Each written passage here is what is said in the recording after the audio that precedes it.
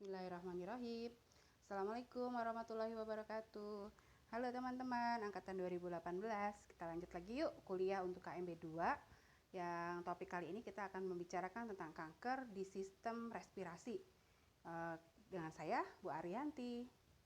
Lanjut. Kita bicara tentang fakta. Kanker itu apa menurut WHO. Nah, kalau intinya dari slide ini, yang bisa disimpulkan adalah kanker merupakan penyebab kematian kedua secara global. Yang pertama tentunya adalah penyakit kardiovaskular. Dan sebagian besar kanker ini kita bisa paling banyak temukan itu adanya di negara-negara berpenghasilan rendah dan juga menengah. Yang salah satunya tentunya adalah Indonesia. Dan boleh dilihat di situ ada faktor resiko yang paling banyak dilakukan orang sehingga dia mengalami kanker. Ada tingginya massa indeks tubuh atau biasanya obesitas, kemudian kurang makan buah, kurang makan sayur, kurang gerak, merokok, dan juga alkohol. Dan sayangnya di negara-negara berkembang seperti kita ini belum cukup sekali data yang menggambarkan bagaimana sih situasi tentang kanker di negaranya dan juga bagaimana penanganannya. Jadi masih banyak PR buat kita ya guys.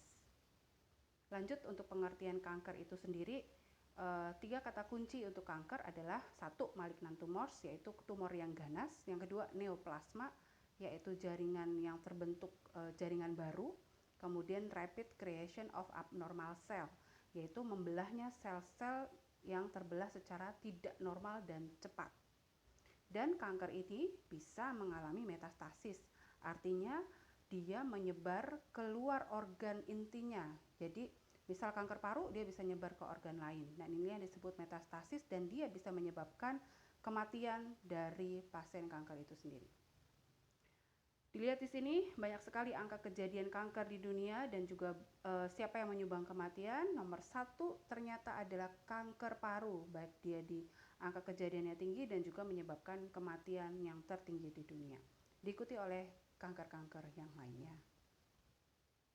Bicara tentang kanker paru, maka definisinya gampang ya. Kanker paru adalah kanker yang tumbuh asal mulanya itu adanya di jaringan paru itu sendiri dan di sel-sel paru. Dia bisa menyebar melalui pembuluh darah dan juga kelenjar getah bening ke organ lain di dalam tubuh kita yang disebut dengan proses metastasis.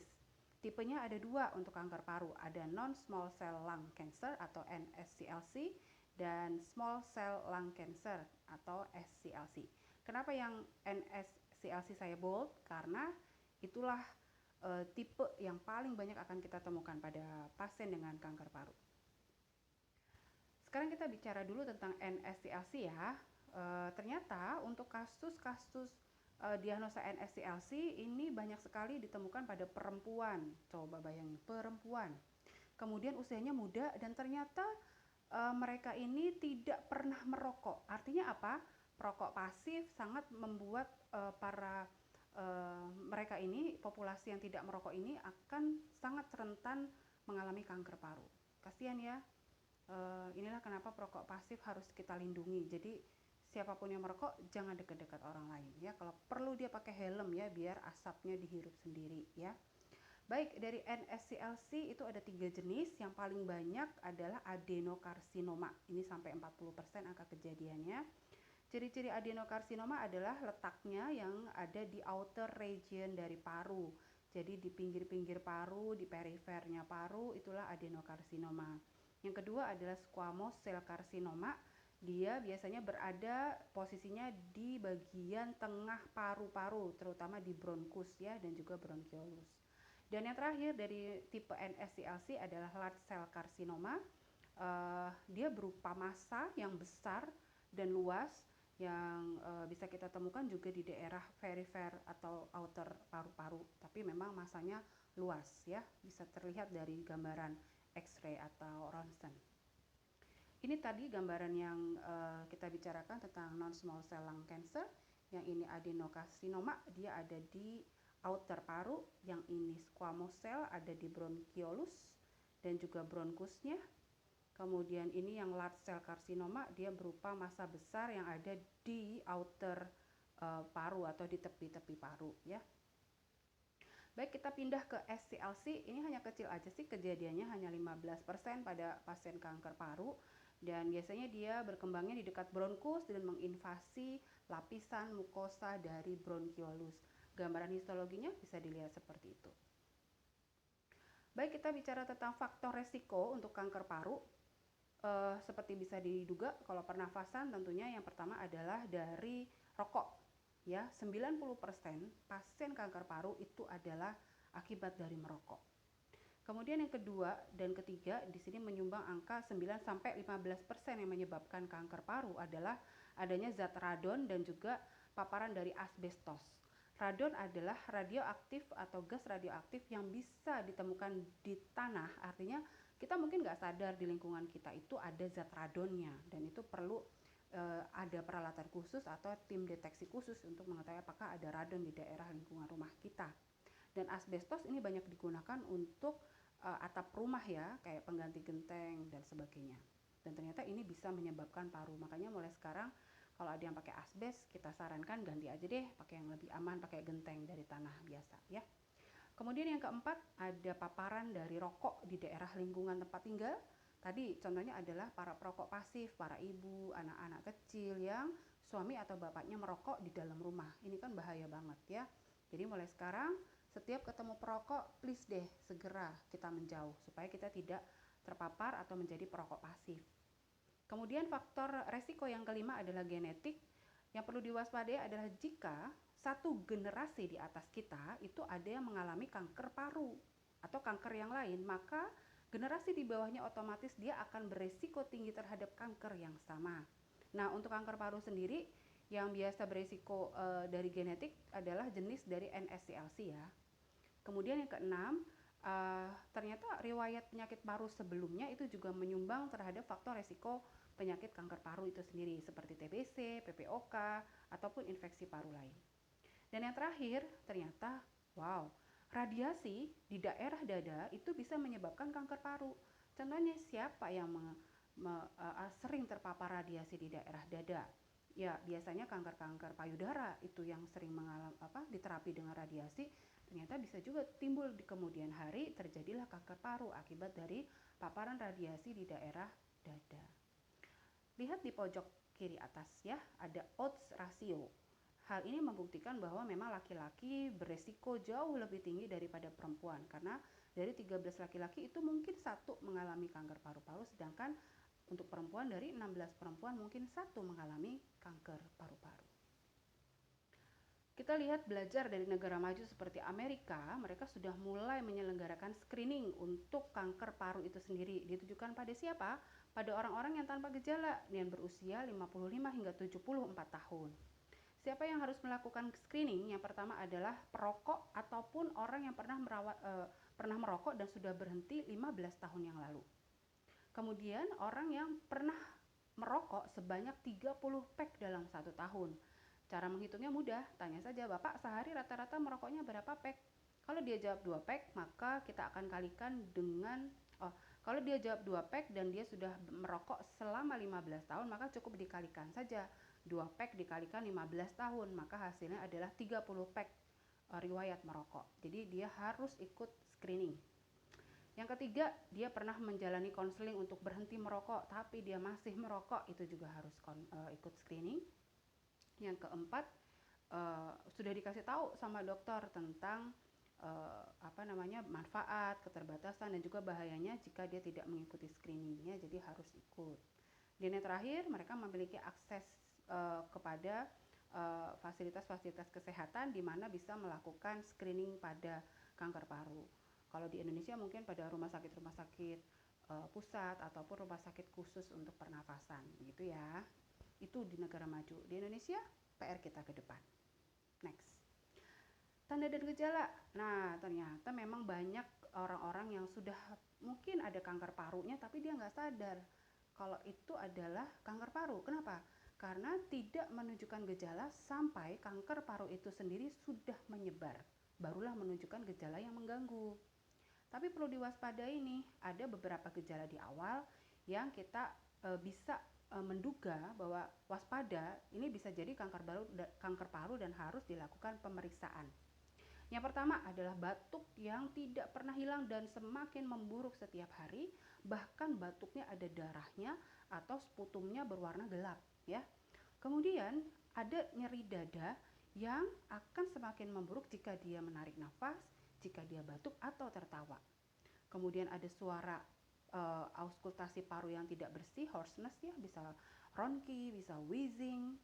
Kemudian ada penurunan nafsu makan, penurunan berat badan yang tidak jelas sebabnya, kemudian nafasnya menjadi sesak, merasa lebih mudah lelah, lemah, dan adanya infeksi paru, baik itu bronkitis, pneumonia yang selalu datang dan datang lagi. Atau bahkan munculnya wheezing di daerah paru yang baru ya. Jadi kemarin wheezingnya di kanan, sekarang tambahan yang kiri. Itu adalah tanda gejala yang mungkin kita bisa waspadai dan kita lanjutkan untuk penelusuran apakah memang ada kanker paru atau tidak. Dilanjutkan dengan adanya tanda gejala jika kanker paru itu sudah bermetastasis. Gejala menunjukkan dia sudah metastasis ke organ itu. Contoh, kalau ada nyeri tulang, maka kemungkinan dia sudah menyebar sampai ke tulang. Jika ada perubahan sistem saraf seperti pusing, baal, kemudian tidak seimbang, mudah jatuh, mudah kejang, itu berarti mungkin saja kanker sudah menyebar sampai ke otak. Dan jika kita melihat adanya tanda kekuningan pada kulit, pada mata, ini artinya bisa jadi kanker sudah menyebar sampai ke liver atau hepar. Dan jika ditemukan adanya pembuluh limfe atau nodus limfe yang membesar, bengkak, artinya sudah mulai masuk ke kelenjar getah bening. Ya, ini adalah tanda-tanda dari metastasis dari kanker paru. Dan selain tanda-tanda metastasis dan kanker paru itu sendiri, ternyata ada beberapa spesifik ya, tanda spesifik yang memang itu akibat adanya tumor di di paru-paru. Yang pertama kita tahu adanya di paru-paru itu ada tumor yang di bagian atas atau yang biasa disebut dengan pankoas tumor. Karena dia letaknya di atas bagian apex paru, maka dia akan mempengaruhi persyarafan pada mata dan juga wajah. Akibatnya kita bisa lihat di sini matanya, kelopaknya itu ada kelemahan, yang satu bisa buka, yang satu tidak, seperti ptosis. Kemudian yang kedua kita bisa lihat pupil. Di pupil itu ukurannya nggak sama, anisokor. Pupil kanan dan pupil kiri berbeda dan dia terdapat titik hitam di tengah matanya. Itu akibat dari pankoas tumor yang kita sebut dengan Horner syndrome. Horner syndrome yang lain juga ternyata kalau kita raba di wajahnya itu nggak ada keringat sama sekali di salah satu sisi wajahnya. Yang satunya keringetan, satu enggak. Nah itu tuh ciri-ciri dari Horner syndrome akibat dari adanya massa pankoas tumor di area apex paru ya, di atas. Tanda spesifik yang lain adalah adanya sindrom vena cava superior. Vena cava bisa kita lihat di sini di leher bagian dalam sebelahnya trakea. Akibat dari adanya tumor di bagian atas paru, lagi-lagi tumor di bagian atas paru itu akan menekan vena cava superior sehingga menyebabkan pembendungan pada vena sehingga darah tidak bisa balik nih dari ekstremitas atas, dari kepala menuju ke jantung. Akibatnya apa? Bisa dilihat di sini ada pembengkakan pada wajah ya, wajahnya bengkak, kemudian lehernya bengkak, vena-venanya semua jadi nongol karena terbendung, tidak bisa mengalir. Dan juga adanya warna kemerahan di area dada bagian atas. Kalau sudah muncul sampai ada pusing, berputar, atau penurunan kesadaran, maka pembendungan vena cava ini sudah terdampak pada memberi dampak pada sistem saraf pusat. Hati-hati ya. Lanjut, ada spesifik symptoms yang lain yaitu disebut dengan paraneoplastic syndromes. Tentang paraneoplastic syndromes ini ada di jurnal yang saya lampirkan di L sebagai jurnal pendukung. Bisa dibaca lebih lanjut apa sih peran kita terhadap sindrom di paraneoplastik ini. Jadi sebenarnya sih bukan karena kankernya, tapi si sel kanker itu sendiri dia memproduksi seperti hormon yang akan masuk ke pembuluh darah dan menyebabkan gangguan pada organ-organ target atau jaringan. Sehingga sebenarnya bukan karena kankernya, tapi karena ada substansi yang mirip hormon tadi yang ikut beredar di dalam pembuluh darah dan mempengaruhi organ-organ yang terdampak ya. Ini contohnya ada akibat dari small cell carcinoma sampai large cell carcinoma, yang kalau kita lihat di sini dari mulai hiponatremia, Cushing syndrome, flushing, diare, sampai dengan ginekomastia, itu tuh nggak ada kelihatan hubungannya dengan paru kan, tapi sebenarnya dia penyebabnya dari si kanker paru itu ya. Itu bisa dibaca di jurnal biar cepat. Nah, peran kita sebagai perawat tentunya untuk asuhan keperawatan kita mulai dari assessment yang komprehensif. Yang pertama kita mulai dari medical history atau riwayat kesehatan pasien. Mulai dari apa tadi? Faktor resikonya dong yang ditanya. Satu, rokok. Apakah pasien merokok atau sebagai pasif, perokok pasif? Yang kedua, apalagi ya, adakah riwayat penyakit paru sebelumnya tadi kan sebagai faktor resiko? Kemudian adakah keluarga yang memiliki kanker paru, misalnya ayahnya, omnya, tantenya, atau mbahnya begitu. Dan medical history, apakah riwayat pekerjaannya sehingga kita tahu paparan terhadap tubuh pasien ini, apakah terkena asbestos, radon, dan seterusnya. Kemudian untuk pengkajian fisikal, pengkajian pemeriksaan fisik, ayo apa coba, kalau masalah paru-paru kita fokus langsung ke paru-paru, pemeriksaan toraks untuk paru. Yang pertama inspeksi, kesimetrisan, dan seterusnya. Ini sudah ada semua di Skilab ya. Kemudian perkusi, palpasi, dan auskultasi. Tandai adanya temuan yang tidak normal. Seperti tadi, kalau untuk simptom yang spesifik, kita bisa melihat adanya kemerahan, misal di area atas paru. Kemudian jika dia terdapat massa di upper atau di atas area paru, maka kalau kita ketuk, itu dia bunyinya tidak resonan. Ya, ingat ya. Dia akan bunyinya dullness karena ada massa di bawah. Kemudian untuk auskultasi, apakah ada bunyi tambahan, suara nafas tambahan seperti ronki kalau dia ada eksudat, ataupun wheezing jika ada penyempitan di bronkus, itu penting untuk ditandai. Lanjut ke pemeriksaan penunjang untuk data objektif adalah pemeriksaan imaging dengan menggunakan zat-zat radioaktif ya, mulai dari X-ray adalah yang paling sederhana, ronsen, kemudian CT scan bisa melihat lebih dalam lagi, MRI scan lebih dalam lagi, setiap lapis dari paru-paru bisa kelihatan, atau bahkan dengan menggunakan positron emisi tomografi. Dan kalau untuk melihat ke tulang, apakah tulang sudah mulai terkena metastasis, itu bisa menggunakan bone scan. Dan tes-tes penunjang yang lainnya ada sputum, ada torasintesis. Ini biasanya kita ambil cairan dari pleura, karena adanya cairan di pleura itu akan terlihat apakah memang terdapat sel kanker atau tidak. Dan juga yang paling sering dilakukan juga adalah biopsi ataupun bronkoskopi dengan menggunakan selang masuk ke dalam bronkus untuk melihat apakah ada massa tumor tidak di dalam bronkus. Dan juga penunjang yang paling utama adalah tes darah rutin. Kita bisa melihat gambaran dari mulai HB, kemudian sel darah merahnya tadi HB, kemudian ada trombosit, ada sel darah putih apakah mengalami penurunan. Lanjut ya. Baik, kita bicara staging. Jadi kalau staging ini adalah areanya dokter spesialis onkologinya, kahomnya, untuk melakukan staging. Kita cukup tahu aja sih istilahnya apa sih stage 1 sampai stage 4.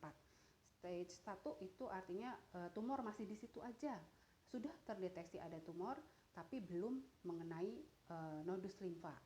Hanya baru tumor saja dan diam di tempat. Stadium 2 itu tumor sudah mulai melebar dan mengenai nodus limfa, tapi hanya masih di daerah situ aja. Stadium 3A ini sudah mulai agak luas dan banyak yang terkena si nodus limfa, tapi masih di daerah lokal paru, yaitu paru kanan atau paru kiri saja.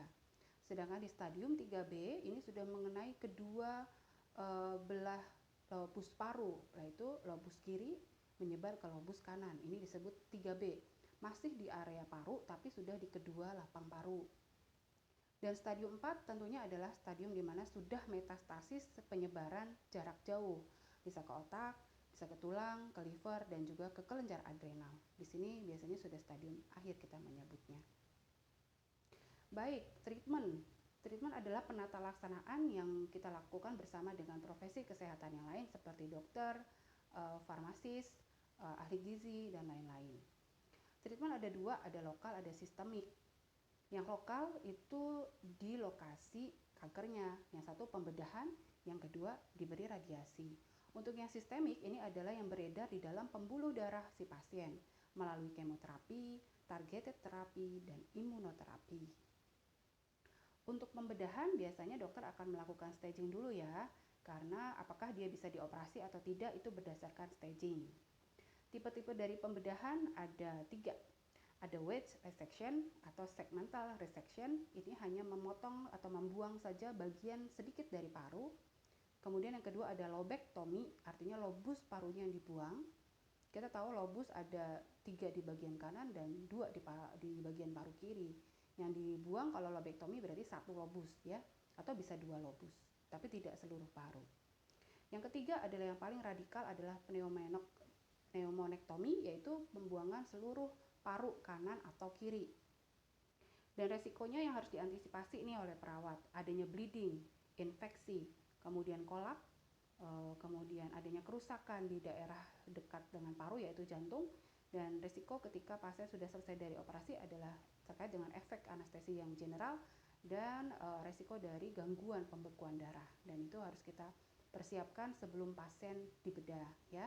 Jadi kalau bleeding, kalau memang dia butuh kantong darah, kita siapkan dulu berapa pack kantong darah yang kemungkinan dia butuhkan selama operasi, kita bisa kolaborasi dengan dokter. Cegah infeksi, cegah kolaps dari paru-paru, kemudian risiko dari anestesi general itu kita harus beri tindakan apa, misalnya dengan memberikan mobilisasi, kemudian memberikan oksigen dan seterusnya. Perhatikan pemeriksaan darah rutin, itu akan memberikan gambaran kita tentang situasi terkini dari darah dari pasien sehingga kita bisa melakukan pencegahan segera. Baik, terapi yang selanjutnya setelah surgery adalah kemoterapi. Kemoterapi ini menggunakan zat sitotoksit, artinya dia pembunuh sel, baik sel kanker ataupun sel normal. Jadi wajar sekali kemoterapi ini memberikan efek samping yang luar biasa berat bagi pasien karena yang dilewati dari kemo itu terkena dampaknya semua, dibunuh semua ya. Ada 2 istilah yang kita gunakan untuk pemberian kemoterapi. Kemoterapi yang diberikan setelah pembedahan ini disebut dengan adjunct atau adjuvant kemoterapi. Biasanya dia efektif untuk pasien di stadium 2 dan 3A. Kenapa disebut adjuvan? Karena setelah operasi, kemoterapi ini bertujuan untuk membersihkan sisa-sisa kanker yang mungkin saja masih tertinggal di pembuluh darah ataupun di jaringan paru. Yang kedua, kemoterapi yang dilakukan sebelum pembedahan dengan tujuan untuk mengecilkan tumor dan baru dilakukan pembedahan, ini disebut dengan neoadjuvan kemoterapi. Kemudian ada juga sih kemoterapi yang sebenarnya tujuannya tidak untuk menyembuhkan. Ini biasanya kita berikan pada stadium lanjut, yaitu stadium 4. Tujuannya hanya untuk memperpanjang hidupnya pasien. Jadi dia sudah bersifat palliative care. Nah, yang harus diwaspadai tadi kan, dia menghancurkan sel-sel normal juga sehingga mengakibatkan efek samping, diantaranya ada rontok rambut, kemudian perubahan warna kulit, mual, muntah, dan supresi sumsum tulang sehingga mengakibatkan seluruh komponen darahnya mengalami penurunan atau bahkan drop. Ya, diwaspadai di situ. Terapi radiasi ini dilakukan dengan menggunakan energi yang sangat tinggi dari sinar radioaktif untuk menghancurkan DNA pada sel kanker. Ini sangat efektif di kedua jenis tipe kanker paru ya. Biasanya dikombinasi dengan kemoterapi dan juga pembedahan. Nah, bayangin ya, ketika pasien menjalani radiasi, dia harus menjalani terapi ini 6 hari selama seminggu dan selama 6 pekan. Tiap hari dilakukan terapi dan dilakukan selama 6 pekan. Efek sampingnya jelas dong, karena dia radiasi tinggi maka bisa mengakibatkan iritasi pada kulit, merah atau bahkan mengelupas, merasa lemah, pain, susah menelan karena di daerah dada ya, jadi berdampak pada esofagia kita, jadi esofagitis, kemudian bisa terjadi pneumonitis juga. Dan yang terakhir ada targeted terapis, ini lebih aman dan nyaman buat pasien dan ini cocok sekali untuk pasien stadium 3 dan 4. Bedanya dengan kemoterapi, targeted terapi dia sudah membidik untuk spesifik protein sel-sel kanker sehingga yang bukan sel kanker tidak akan dihancurkan. Tentunya akibatnya efek sampingnya lebih sedikit dan lebih nyaman untuk pasien. Ini mulai banyak ada di Indonesia, tapi memang karena harganya mahal mungkin hanya orang-orang kalangan tertentu aja yang bisa melakukan targeted terapi. Oke. Ini contoh dari treatment yang dilakukan oleh tim kesehatan untuk pasien NSCLC. Di A itu adalah kondisi awal di mana kita lihat paru sebelah kirinya penuh dengan perselubungan, artinya hampir tidak bisa dimasuki udara di situ, tentunya pasien merasa sesak sekali dan juga nyeri ya. Kemudian diberi terapi ini dilakukan bronkoskopi yang di C. Kita lihat adanya massa tumor yang menyumbat di bronkus sebelah kiri. Kemudian dilakukan cauter, dipotong microdebridement of tumor ya. Kemudian dikasih terakhir adalah dikasih stent atau penahan seperti jaring-jaring yang tetap mempertahankan terbukanya bronkus. Efeknya bisa dilihat di sini dengan menggunakan pembedahan seperti ini, pasien prognosisnya jadi lebih baik ya. Lihat di situ warna hitam sudah mulai kembali ke gambaran radiografinya. Artinya oksigen sudah mulai kembali memenuhi paru-paru sebelah kiri walaupun memang belum sepenuhnya pulih.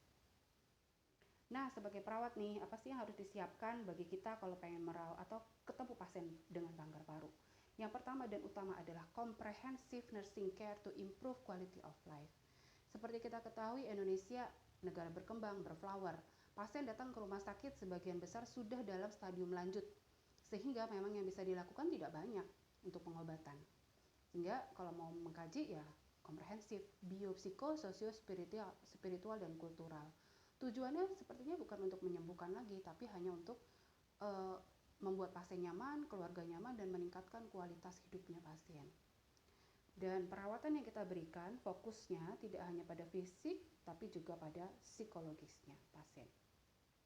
Pada fisik, tentunya kalau dia menjalani terapi, kita harus antisipasi tuh tadi semua efek samping dari terapi yang akan dijalani pasien. Kalau dia takut rambutnya rontok, maka berikanlah terapi bagaimana supaya rambutnya pasien tidak rontok. Biasanya kita kasih ice pack di atas kepala sebelum kemo, selama kemo dan sesudah kemo ya, 15 menit sebelum, selama kemo, dan 15 menit sampai 30 menit sesudah kemoterapi. Tujuannya ini untuk memvasokonstriksikan semua pembuluh darah di kepala sehingga si kemonya itu, zat kemonya tidak masuk ke kepala di daerah rambut dan tidak membuat rambut rontok. Itu contoh. Banyak jurnal-jurnal yang bisa kalian cari, penanganan mual, penanganan muntah, lemah, tidak nafsu makan, dan seterusnya untuk pasien. Kemudian symptoms management ini juga penting. Kenapa? Karena pasien ini sudah datang dengan keluhan yang banyak sekali. Sesak, nyeri, tidak nafsu makan, dan lain-lain. Inilah perlunya kita kolaborasi dengan tenaga kesehatan yang lain, bagaimana supaya meningkatkan nafsu makan, mencegah dia kehilangan energi, mengurangi sesak, menurunkan nyeri. Jika nyeri sudah skala 7, tidak mungkin lagi pakai non-opioid, itu harus masuk opioid atau morfin karena sudah skala berat. Haram hukumnya memelihara nyeri di pasien ya. Jadi as soon as possible ketika kita ketemu nyeri, pasien harus berkurang nyerinya. Dari berat minimal dia harus jadi sedang ya. Kemudian untuk masalah self care, kebersihan diri itu harus dibantu dan diajari keluarganya. Karena nanti kalau pasien pulang, yang merawat siapa? Bukan lagi perawat karena dia nggak sanggup bayar perawat sampai rumah. Kalau yang bisa bayar perawat sampai rumah, alhamdulillah. Tapi sebagian besar yang menjadi perawatnya adalah keluarganya.